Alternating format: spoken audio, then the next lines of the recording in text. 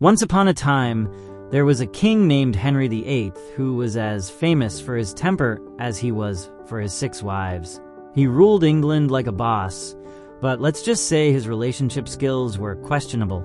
Henry wanted a son so badly that he'd change wives like someone changes socks, except with a lot more drama.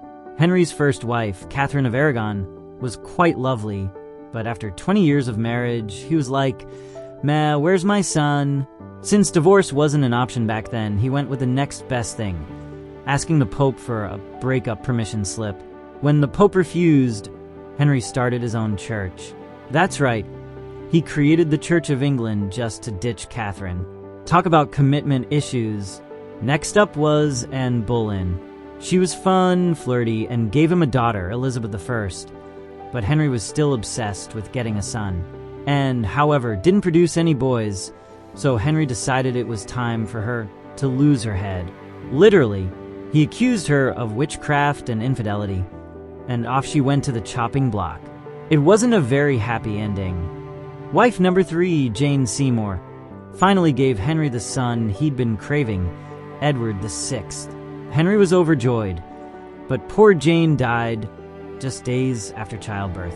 Apparently, being Henry's wife wasn't exactly a lucky gig. Henry wasn't about to stay single for long. Enter Anne of Cleves. But when Henry saw her, he was like, "Whoa, catfish," because her portrait was way more flattering than reality. So they had a quickie annulment, and she ended up with a sweet deal, a palace, a fat allowance, and 0 head chopping.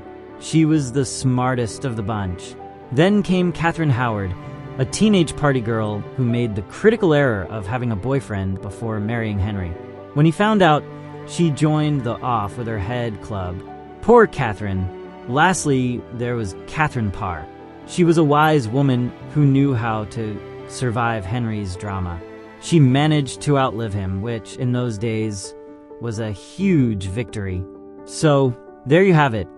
King Henry VIII, the guy who reformed religion, executed wives, and threw temper tantrums that shaped history. All because he was looking for a son and had a serious fear of commitment.